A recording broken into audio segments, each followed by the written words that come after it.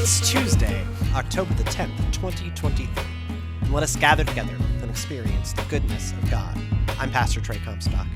We begin this week with our scripture, Exodus chapter 20, verses 1 through 4, verses 7 through 9, and verses 12 through 20, and a piece by me entitled, Family Gatherings with National Unity in the Paper Shredder. Then, Pastor Emily and I will talk scripture and mental health appropriate worship songs.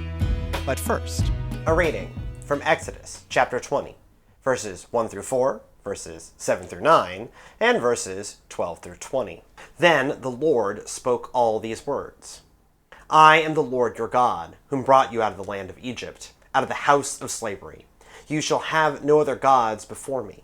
You shall not make for yourselves an idol, whether in the form of anything that is in heaven above, or that is on earth below, or that is in the water under the earth.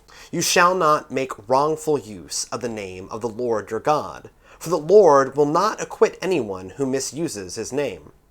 Remember the Sabbath day and keep it holy. 6 days you shall labor and do all your work. Honor your father and your mother, so that your days may be long in the land that the Lord has given you. You shall not murder. You shall not commit adultery. You shall not steal. You shall not bear false witness against your neighbor. You shall not covet your neighbor's house. You shall not covet your neighbor's wife, or male or female slave, or ox or donkey, or anything else that belongs to your neighbor. When all the people witnessed the thunder and lightning, the sound of the trumpet, and the mountain smoking, they were afraid, and trembled and stood at a distance, and said to Moses, You speak to us, and we will listen, but do not let God speak to us, or we will die.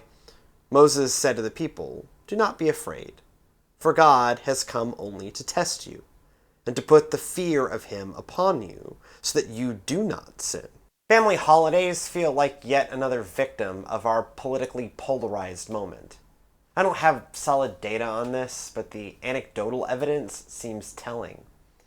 In my personal life, I hear of more people not going home for the holidays, or having extreme anxiety around the thought of going home. In my online life, I see more articles about how to survive the holidays, or how to create alternative family-free holidays. The faith-based Super Bowl ads from this year offered a counter-narrative of how Jesus didn't give up on you, so you shouldn't give up on family. Some of this can be explained by better recognition of generational trauma, the lingering effects of the pandemic, and the increased nightmare of holiday travel. However, I sense something more fundamental. People either don't gather or dread gathering because the poison within our body politic has infected the family. We fear the toxic discourse from our father who is taken to wear the red hat, or our niece who has become a devout communist. We will travel hundreds of miles or thousands of miles to be put on trial and harshly judged. Our modern political discourse no longer solely deals with opinions or worldviews, but with fundamental aspects of identity. In our theoretically joyous holiday time, we don't want to enter an environment where that identity will be attacked or litigated. There's a facile argument that the instruction to honor your mother and father means that the younger generation should just deal with it and show up. The Ten Commandments do place a key role on maintaining family harmony on children, and in the culture that originally received the Decalogue, they would not have seen that responsibility as ending with adulthood.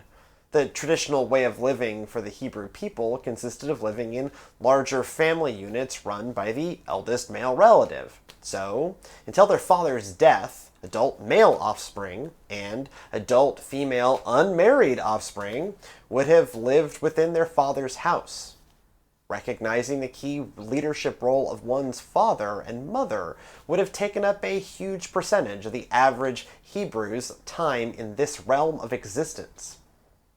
Even if we no longer live in these broader family units, the commandments place special emphasis on how we approach our families. It says in verse 12, Honor your father and your mother, so that your days may be long in the land that the Lord your God is giving you. However, the Ten Commandments have a far deeper divine logic than just kids having a forever role to deal with whatever their parents will dish out.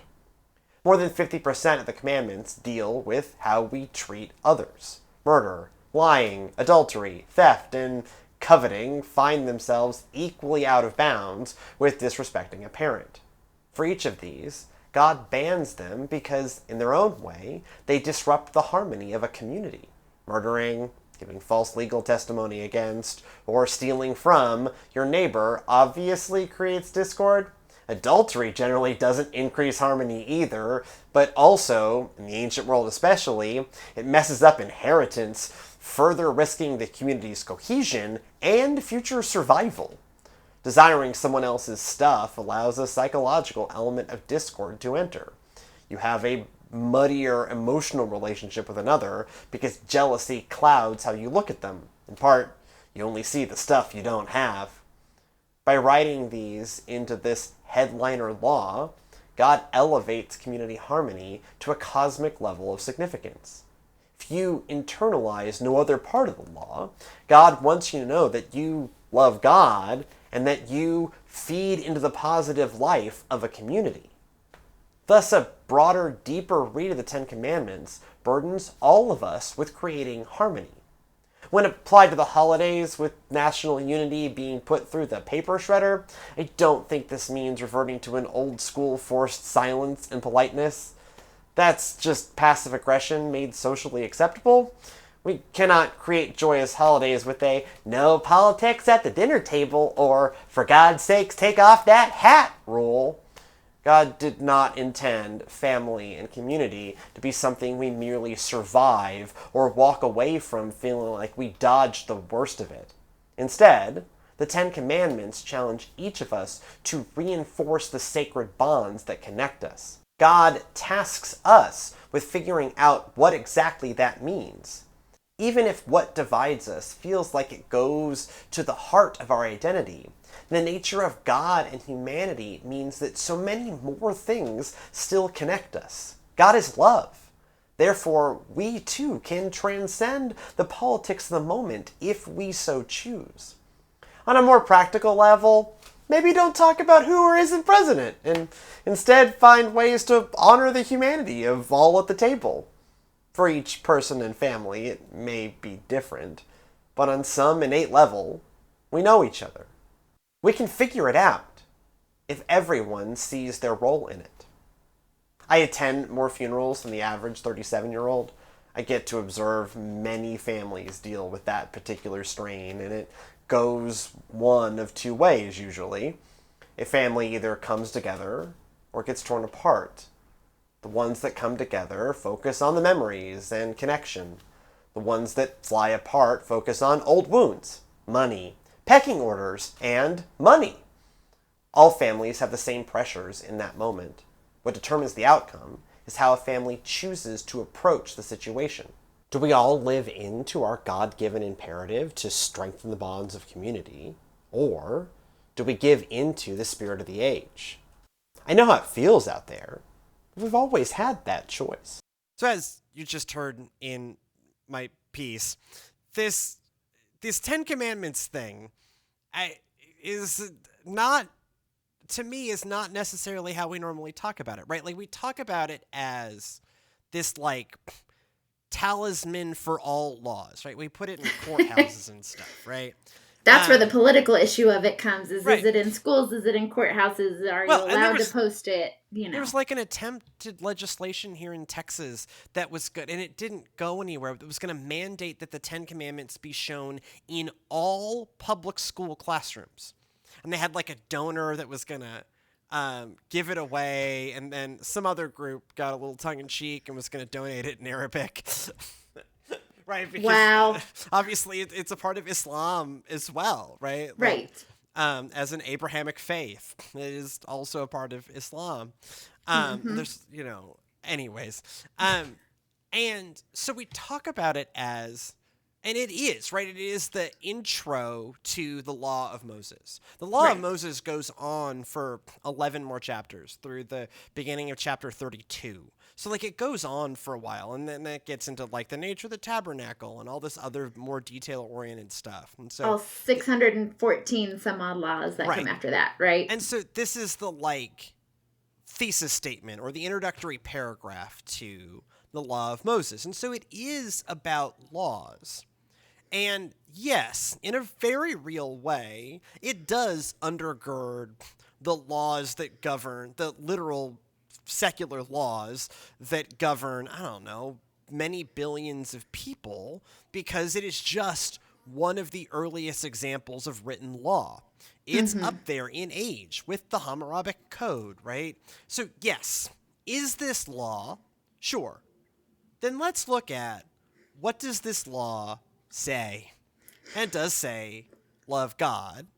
And it does say, give a darn about neighbor. But it seems to me go deeper than just don't hurt your neighbor. And the real pivotal one that I end up reflecting on is this idea of coveting. Why is coveting there?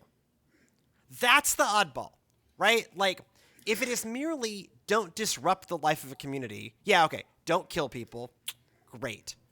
Don't have sex outside of marriage, which especially in the ancient world, it's also true today, but in the ancient world, screwed up inheritance. Right. Life and death problem. Yeah. Don't steal other people's junk. Don't steal other people's crap. Like, okay, cool. Yep, absolutely. Don't lie in court. And bear false witness, right? Right. Absolutely. Okay. Yeah. And then there is this one that is psychological and unenforceable. Don't covet your neighbor's wife, male and female slave, donkeys. Weird. It's a weird list. Or it's always the donkeys. Yeah. Gotta throw them in there. Else, right? And that is, like, how do you enforce that? Right? You don't, not in a legal sense, but it gets at this, like, psychological, emotional thing that is actually more, to me, reads as, don't just stop overtly hurting your brother or sister or community member. Actually, don't let anything come between you and that relationship. That this, like, feeding in, not just don't detract from, but feeding into the life of a community is like something that has cosmic levels of importance. This really is about what can you do to protect relationship. Right. It's putting the importance on, yes, relationship with God, but also relationship with neighbor. It's love God and love people, because that sums up the law and the prophets, right? This is, if you want to sum it up, how do we love one another well? Not just don't harm them, also don't covet, don't do the bad things, but also honor your father and mother, right? Honor is in there too. It's another vague concept that you can't enforce other than, making sure that you are having a respectful and right attitude towards one another. Well, and this is where, like, it is inherently different from a secular law, because what this says is essentially mean it, right? Yes. Like, not just, don't just avoid overtly disrupting the life of your community member. Actually mean your care for them, right? So you honor your father and mother, right? This is not just like, it doesn't say do the things that your parents require of you, right? It is honor, right? That is actually, which implies, again, actually mean it. It is, don't look on your brother or sister with jealousy. That is, be okay in your own self, and then also actually be okay with your brother and sister. Like, actually mean it. Jesus, when kind of escalating these things in the Sermon on the Mount, will say, like, the law says this. The law says don't commit adultery, right? But even if you commit adultery in your mind, you commit adultery, right? Yes. And so again, Jesus is saying, like, don't just avoid having sex with your neighbor's spouse. Don't look on your neighbor's spouse lustfully, right? Like, which is not legal, again, can never be enforced in some sort of secular governmental sense, because what the law of Moses and what the Ten Commandments and what Jesus' escalation of the law of Moses is actually in your soul care for these people. Yes, and don't do the things in your mind, in your spirit, in your heart that would harm that relationship. Do the things that are going to nurture the relationship, not harm it, even in your mind. Right, because, like, you know, where I went with the sermon on this is, our, like, so much of what funds our digital world is grounded in the concept of coveting. We call it lifestyle advertising. Yeah. But, like, lifestyle advertising is just, like, systematic, create covetous feelings in you, right? That's, you know, I did a lot, like, I got a lot of mileage out of my least favorite commercials, which I admit are now, like, more than 10 years old, was the Ultra Life, Michelob Ultra Life commercial starring Lance Armstrong. I hate those, right? Because it is this, like, maybe the beer is fine. I don't drink Michelob Ultra. But it's this, like, it's a 70-calorie, 2-carbohydrate beer. And they don't market it on, they used to market Michelob of, like, it tastes better. Maybe it does. I have no idea. I don't drink light beer, but, like, maybe it does. But instead, you got to live the ultra life. And it is a picture of, like, very fit 30-somethings all doing mountain biking with Lance Armstrong. Now, admittedly, in the modern world, you cannot do Lance Armstrong cannot be your key advertising person. Turns Not out. anymore. He did a lot of steroids. Yeah. Apparently everyone was doing it back then, but he did a lot. And it's just creating this idea that, like, if you live Michelob Ultra, you're living the kind of life where you go bike riding with Lance Armstrong and, as a 30-something, have a lot of friends in real life, which no 30-something has. And doesn't that look wonderful? I know none of us do. We're all too busy. We're all too busy to spend the weekends going biking like that. Going biking with Lance Armstrong. And right? exotic locales and beautiful scenery. Yeah. They're like the top of a hill. I could clearly have memorized this ad that I hate. Like, they're up at this, like, rooftop, like, this mountaintop bar that they've ridden to, and they're going to get loaded on Michelob Ultra and then mountain bike down. Like, there's some real logical. That's what you feel like doing after you've had Michelob Ultra. Don't drink and ride, friends. Right. The number of college campus accidents, anyways. So I riffed on lifestyle advertising because whether we realize it or not, that is, all of that is, you create essentially covetous feelings, right? You want the object because the object will give you the life. And I get really mad at the ones that, like, just are nonsense. Like, what is the relationship between Red Bull and Formula One racing? Right? So Red Bull has a Formula One team, headlined by, Max Verstappen, this amazing Dutch driver. And you have to sit back and go, like, Red Bull's been in F1 for almost 2 decades now. Why? Why is Red Bull there?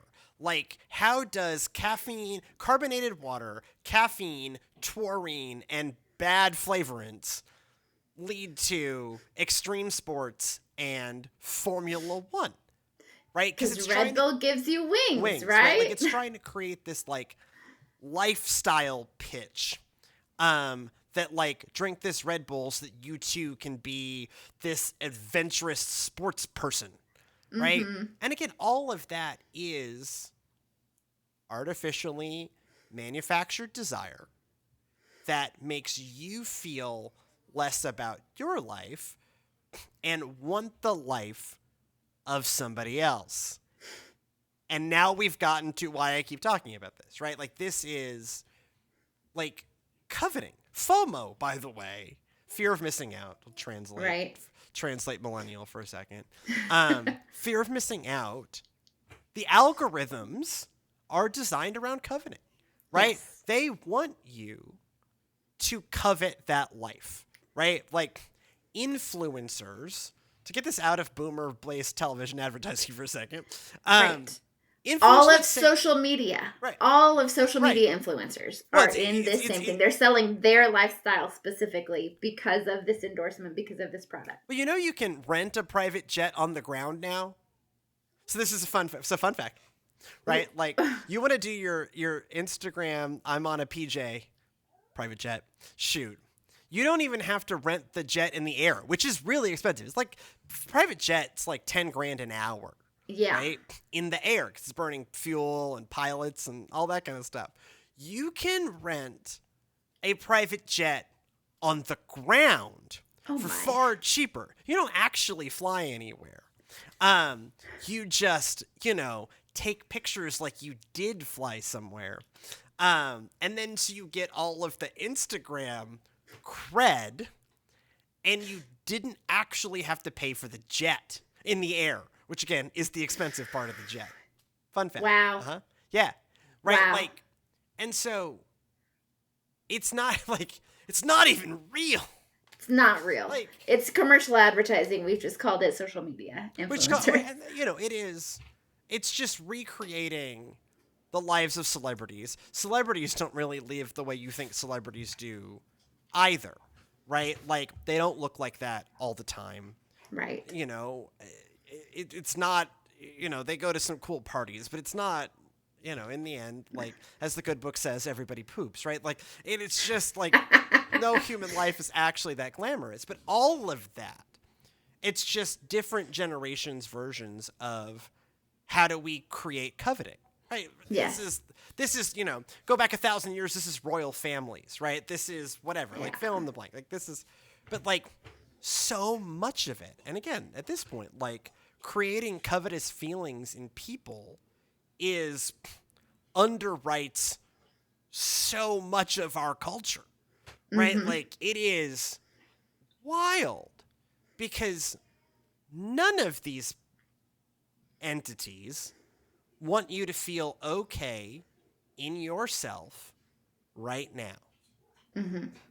And that's bad enough.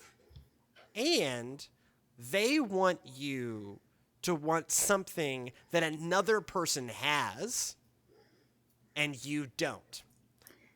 And so one is just like degrading to the human soul in general, right? To like think of yourself as not enough. Yes. Is just inherently degrading to the human soul. And not how God intended us to live. And then it starts to do the Ten Commandments is talking about, which is now you're not coveting your neighbor's donkey, or maybe you are. I mean, there are farm life influencers. You may well be coveting somebody's actual donkey. That homesteader's donkey is looking pretty good to you right now. If that's the one that you follow. If that's your, mine happens to be wood shops, but like, that's your end of social media. You may be coveting your neighbor's donkey. I can't know that you don't. Watching those like videos where they're cleaning sheep's hooves, very soothing. And horses and cows too. Yeah, sheep shearing sheep also shearing. Very soothing. That's not. Yeah, I'm not coveting. I do not want their sheep. They make farming look very easy and glamorous, and baking sourdough bread in your, your cast iron oven, and it's not glamorous. It's hard and it's dirty and it's sweaty and it's we have the Pioneer whatever woman's cookbook. Pioneer woman's yeah. And the recipes are good. We've cooked a lot of those over the years, but it is a lot of those glamour shots of like, I'm taking breakfast out to the folks. And it's just like, and it's always like early fall, right? Yes. So it's always clearly a crisp and it's beautiful, morning. It's not, and everyone's in their matching plaid and they're not sweaty or dirty at all. Like they've actually been covered in manure at all times. Ridden on a horse, whatever. Yeah. Whatever. Like, you want, I think a show that does a combination of this is a show called Clarkson's Farm. So it's Jeremy Clarkson of Top Gear and the Grand Tour fame. He's a rich person, so he bought a farm years ago, and there was someone running it. Mm-hmm. This big working farm. And the guy retired, and Jeremy decided he was going to farm it himself. And so it's shot by Amazon. And so they have all of the best cameras and all of the best drones. And so it's all these beautiful drone footage of like the south of England, whatever. And then it's Jeremy Clarkson being absolutely terrible and exhausted. And so it is a good, like, one of the messages so is hard. Like it's so hard. Captures the natural beauty, but does not pretend like it's easy. Right. So anyways, you may... That so much of this is so much of all of this, the more you think about it, is based on you need to want this life that you don't have. And by the way, here is an example of a person that has it, whether it's bike riding with Lance Armstrong or flying in your private jet, or having the perfectly groomed donkey at all times, right? It's all coveting. Or home. So I go to a mom's group, and that one of the biggest things we talked about the other week was mom guilt.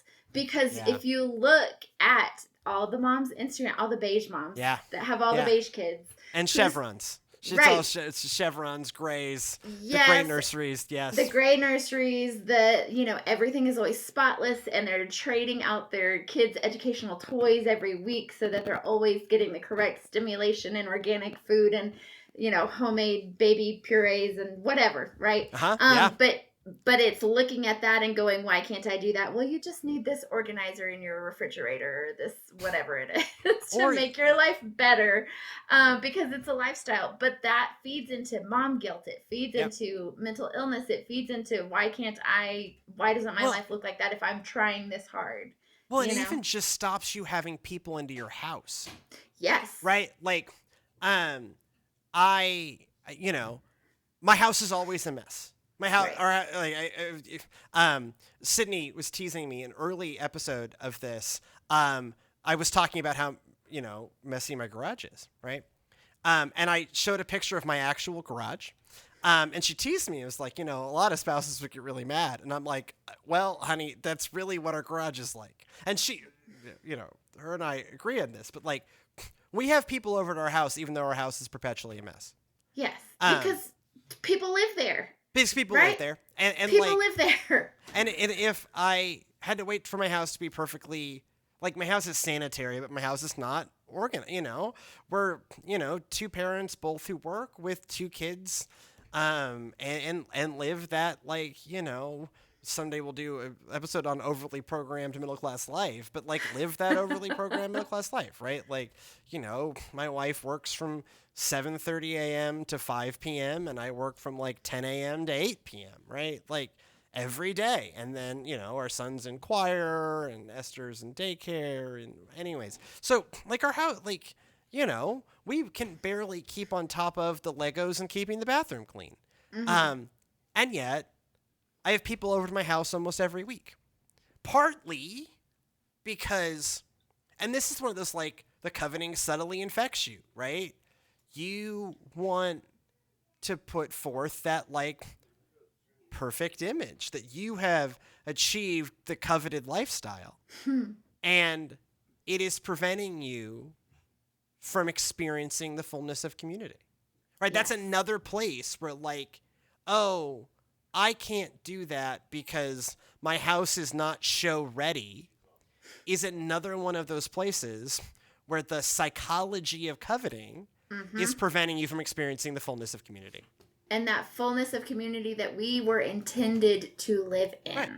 So find those people in your life that are not, honestly, ask yourself the question, do you care if someone else's house is messy? If not, they're probably not going to care if your house is messy. But also, if you do, get over it. Yes. Get over it. Like, who cares if your house is messy or if you don't have the Instagram ready, whatever. Start to live in community anyways. Live, like, this is, don't filter your life. Right. Because and this is, I guess this gets into the broader, like, I essentially got off of Facebook in 2015 I have a Facebook. I post this show to Facebook. Mm-hmm. But I stopped looking at my newsfeed in 2015 because, and I like, this is true, that I have maybe spent 3 cumulative hours on my newsfeed in 8.5 years. Mm-hmm. Cumulative hours, like 3. Like Yeah. I remember I was fall semester of 2014. I had a class that was shockingly dull, and that did not require my full attention. Was it intro to preaching? Yes. Yes, it was. Had I already been preaching for every Sunday for 2 years at that point? Yes. Yes, I had. Should I have taken intro to preaching earlier in my seminary experience? Also, yes. Anyways, so I'm sitting in intro to preaching, which I would, whatever.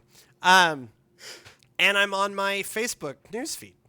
And I'm feeling bad. I catch myself, and we're going to talk about mental health in the next segment too.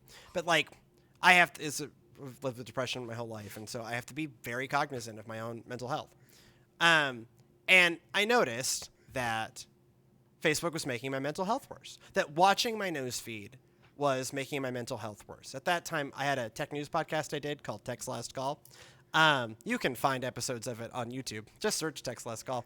But that's where some of the early research about fear of missing out was coming out, and the detrimental psychology of turning everyone into a micro celebrity. Yes. Because everyone curates their life on whether you mean to or not, you do.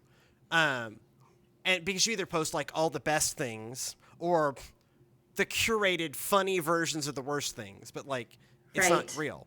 But your mind thinks it's real, and so you think in your mind that all your friends are, at that time was I was in my late 20s, and so everyone I knew was having really good looking children, having really good looking weddings, going to really cool looking restaurants, or having fun at cool looking clubs and concerts, right? Mm-hmm. And at that time, and now too, I lived a really full and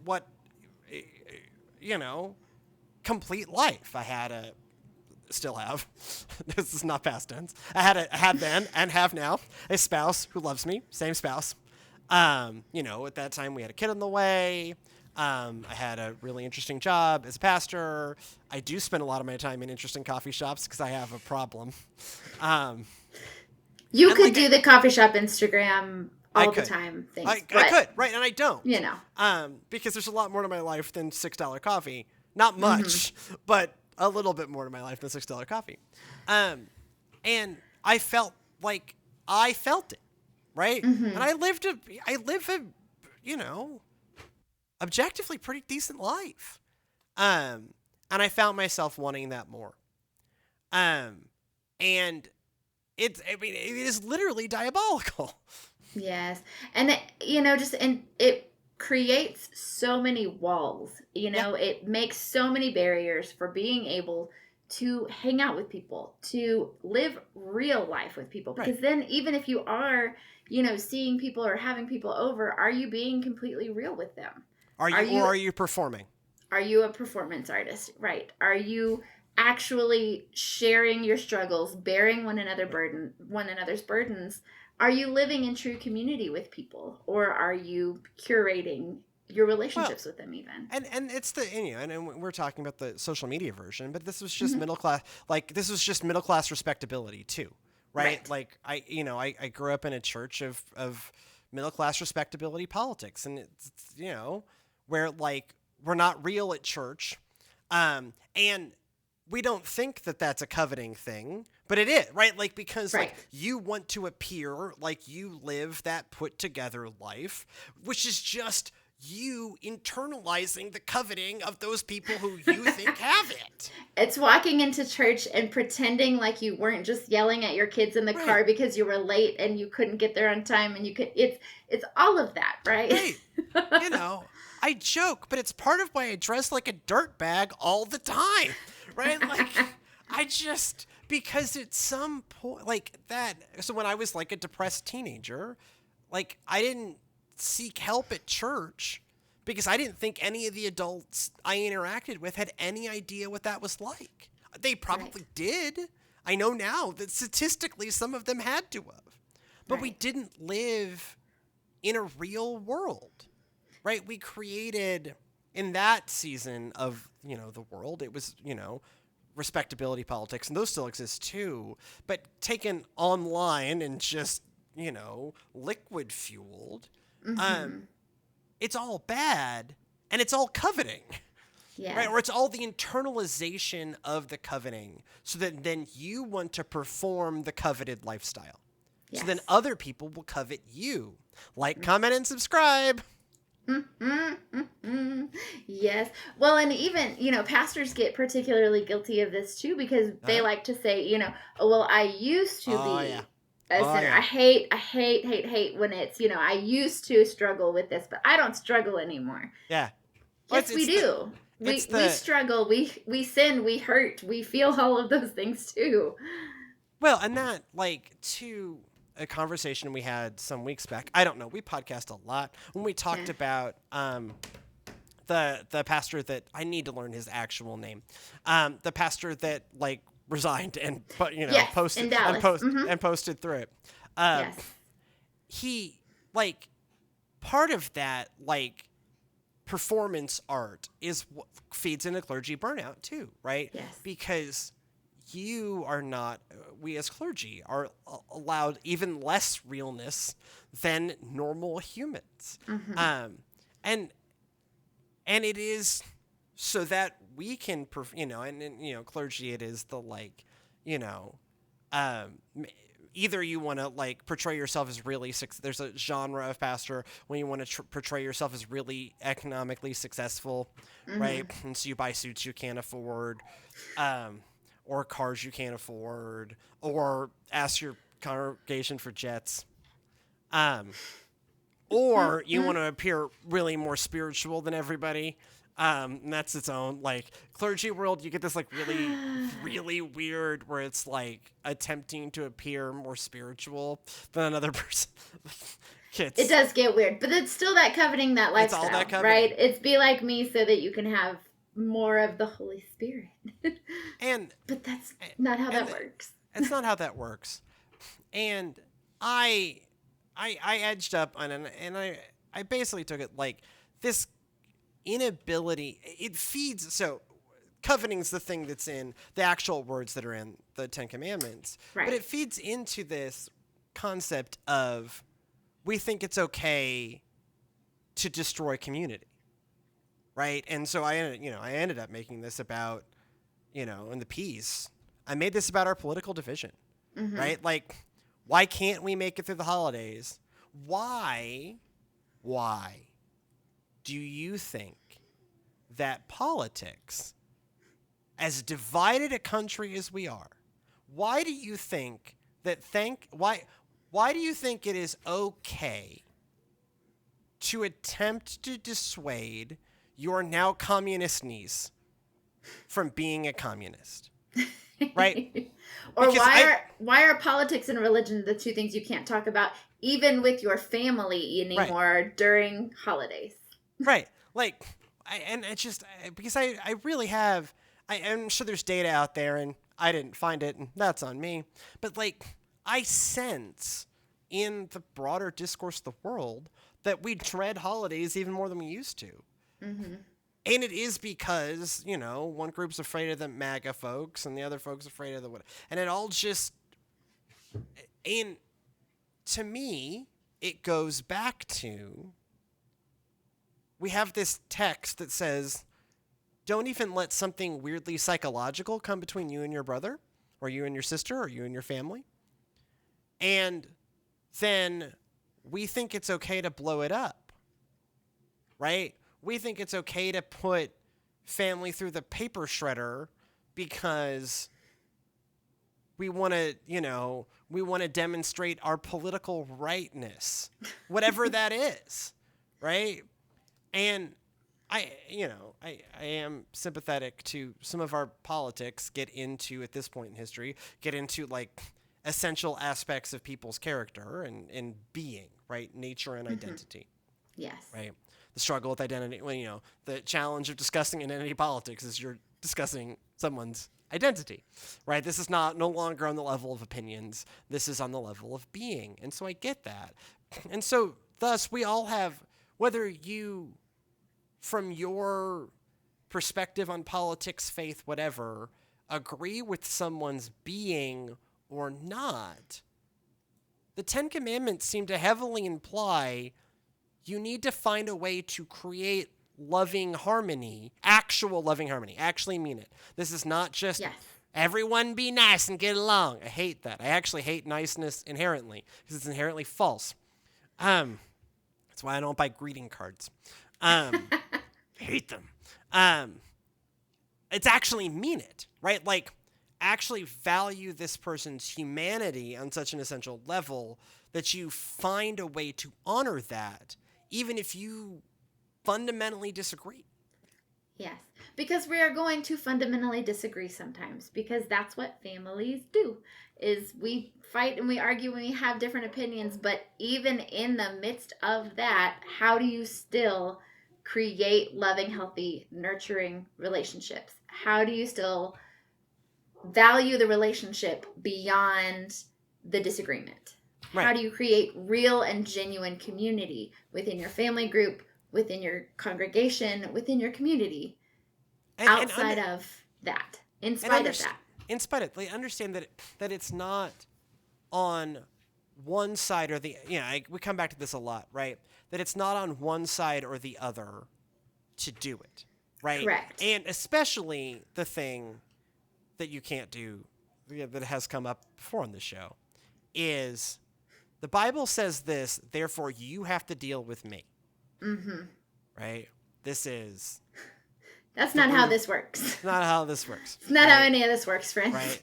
That's not how any of this works, right? Mm-hmm. Like, when Paul is writing in, Philemon's, talking, when Paul writes about, like, the relationship with wives and husbands in the Roman world, or the relationship between slaves and masters in the Roman world, that is not coming from the perspective of a husband or a master saying to a slave or a wife, you have to do this. It is wives and slaves choosing to do something in order to achieve an end, right? Yes. So even in those kind of statements, it was not the person in a position enforcing another position on another, right? Right. Forgive others because you've been, like... you don't get to look at we talked about this with forgiveness. Like, you don't get to look at the person that you've harmed and say, now you need to forgive me. That's abuse. Yeah, that's not how this works, friends. Right. And so it is incumbent on each of us to make the first move. Mm-hmm. And it might go well or it might go poorly, but it's the risk we're supposed to take, right? To forgive first before you've been forgiven, to love first before you've been loved, to make a move that honors the humanity, not knowing if that humanity is going to be honored. But that's the inherent, like, risk you're called to take. Like, we are all called to take, is to understand the cosmic importance of community, not let this world of coveting psychologically come between, and then understand that we have, again, a cosmic responsibility to build community. And then find out how another person responds. Mm-hmm. But hopefully, you'll be surprised. That's as good a place as any to bring this segment in for landing and transition into our next, where we're going to talk about a very specific way that church can feed into building community. And that is integrating, in maybe subtle but important ways, talking about, like, mental health and worship songs and the mix you don't know you're in until you're in it. And so that'll be in our segment on how to restart a church, which we'll be right back with on the other side of this theme music. We'll be right back.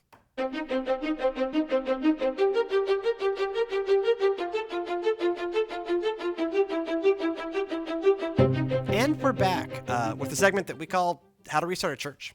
And this week, I stumbled across this article. I clearly I get my news from the religion news service because it's a professional hazard. But so I came across this article that talked about something that I have been passionate for a long time, which is the contents of worship songs. And so this group, Porter's Gate, have written these songs that are not about Christianity as some sort of existential escape from reality, right? And so I bring this. So I have long been noted as a deep disliker of the song "I'll Fly Away." It's beautiful. It's a running joke. Multiple churches now, it is a running gag. My deep dislike for it, and it's not that I don't like bluegrass music. I love bluegrass music. Musically, it's a beautiful song. Lyrically, it's a beautiful song. Theologically, it's a little troubling. Because it says, one glad morning when this life is o'er, I'll fly away. And it is wistfully like, I can't wait to die, oh glory. I can't wait to die in the morning. When I die, hallelujah, by and by, I can't wait to die. And I have done enough, you don't at me. I understand that this kind of music comes from a specific time and a specific place where life was very hard scrabble, right? Life in the American frontier, life in Dust Bowl America, life in Depression era America, where that kind of 70, 80, 90-year chunk that I've just described, where that music, the old gospel standards, which are not that old. The wanting to escape that life was very real. Sweet Beulah land, whatever. Swing low, sweet chariot. Mansions over the hilltop. You want to go in the someday, in the sweet by and by. Right. In the sweet by and by. Right. Yeah. Uh-huh. And so I have picked, partly because I can go, I can't wait to die, oh glory, I can't wait to die in the morning anyways. And my son came to me on Sunday, was like, I want to sing that song in church. And I'm like, I've failed as a parent. I have failed. You don't, because he knows that this is a song that gets talked about a lot in my presence, but I've failed as a parent. Just fundamentally. And so Porter's Gate is thinking in that exact thing of so I, as a person with depression, you don't have to tell me that death sounds great, right? This is the thing your friends with depression don't tell you. It's just yeah, no, we know. That's not the struggle is not wishing you were dead, by the way. The struggle is wishing you were alive or desiring to continue going, right? Yeah. And so that's actually why I hate that song is I have to spend so much of my mental energy, and I know a lot of people who also struggle, that we shouldn't, for someone with those kinds of mental health struggles, that song that's I can't wait to be dead is just not working positive fruit in your life. Right. Again, I understand the context that it comes from is entirely different. Where again, it's a hard scrabble existence where it was really appealing that there is something beyond this life that is not a hard scrabble existence trying to grow corn in the Dust Bowl. I get it. Right. But I think you're right that it's important to look at context, look at the things that we are promoting as worshipful and how relevant they are to the people who are worshiping now. Well, not just the people who were worshiping then. And to understand that, the folks who have never been here are not nostalgic for the same things that you are. Correct. Right? And this brings us to, there is a fountain filled with blood. Yes. There is a fountain filled with blood that flows from Emmanuel's veins. I think I've said this before. If I haven't, great. If I have, I'm going to say it again. Can you imagine not having nostalgia for the old gospel standards? Never been in a church before. You walk in, and written in paper is there is a fountain filled with blood. I would leave, right? It'd be great for a haunted house. Not so much for a church. It is the season for fountains filled with blood. Filled with blood. But don't do that. Maybe as your Halloween decoration, not as in your church. But so anyways, this group has written beautiful songs that value life and hope, not value some glad morning when this life is o'er, escape this life, specifically as a way to approach mental health promoting music that someone who does struggle with the concept of desiring to be alive can connect with and find hope in. That it can be something that helps you take some steps forward, not some steps back. These songs reminded me of some of the songs that we sang when we got to visit Union Coffee House. Yeah.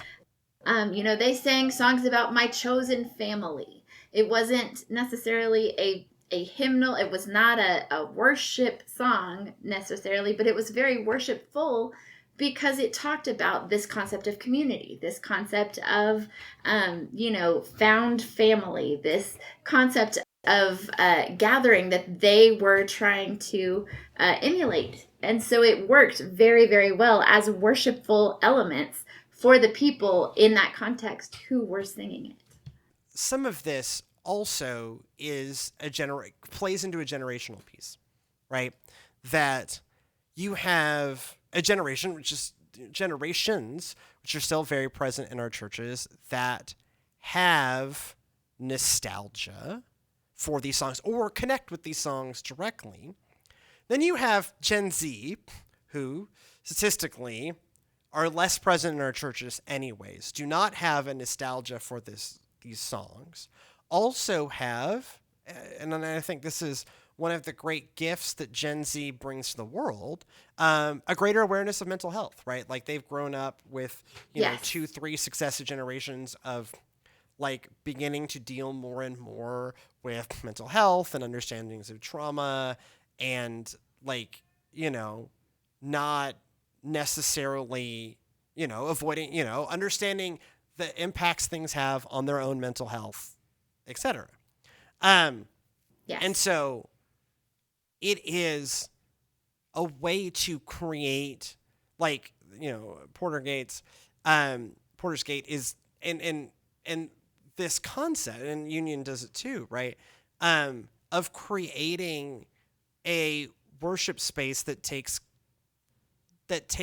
mental health into consideration and thus also addresses the issues and concerns of modern generations, right? And again, this is not me shaking my tiny fist of rage. This is not me being old man shakes fist at cloud.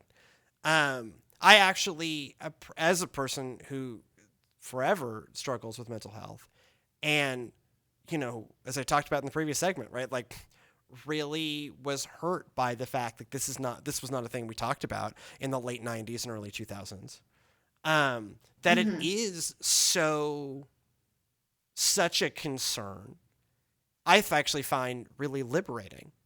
But we have to take that seriously, that, are even in the, like, so much of worship is the contents of the songs, right? So even in the contents of the songs, which is, by the way, again, 50 in a contemporary service can be as much as 50% of the time allotted in worship.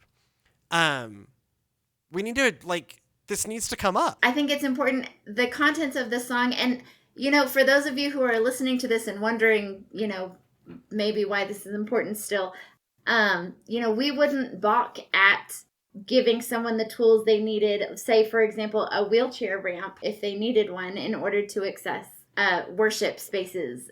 So this is just another tool, another experience that we need to be mindful of in our worship spaces, a place that we can make sure that we are making worship accessible to people who need it in specific ways. And that's partly because our internet seems to be running out, and in part because, also check out these songs. Like, they're really good, right? Like, they will, trust me, I've been doing contemporary worship for 25 years. I'll tell you, they work as worship songs, and help us to get it's not like a move away from what we believe, but it's finding a way to talk about what we believe that respects the thoughts and concerns of the modern world, which in this case, it's not a bad thing, right? Trust me, we just talked a lot about how, all the ways that I think the modern world is wrong. And I spent a lot of time. One of the places where the modern world I think is right, as a person who has seen this evolve over my lifetime, is understanding that, like, it's not healthy for everyone to think about, hey, it's way better when you're dead, right? Like, that's just not a healthy place for everybody. Right. And part of it is we build a modern church, restart a church, rebuild who we are. That's a thing we can take on board and become life-giving for even more people. Anyways, if you have thoughts on this or anything else we've talked about, feel free to share it with us. Email thegoodnessofgodpod at gmail.com. That is thegoodnessofgodpod at gmail.com.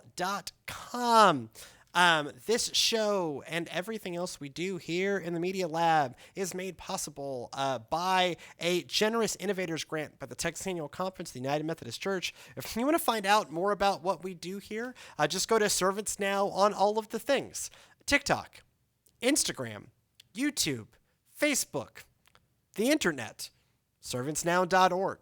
And we would really appreciate it. Speaking of like, comment, subscribe. Like, comment, subscribe. If you get something out of this and think someone else would, share it with them. Or simply leave us a review on iTunes, or comment on YouTube, or somewhere, right? Because all of that, because of the algorithms, which I agree are evil, but they are also the structure of reality, all of that helps more people hear what we're doing here. And hopefully you find something valuable in this, and other folks will too. In the meantime, go in peace to love and serve the Lord.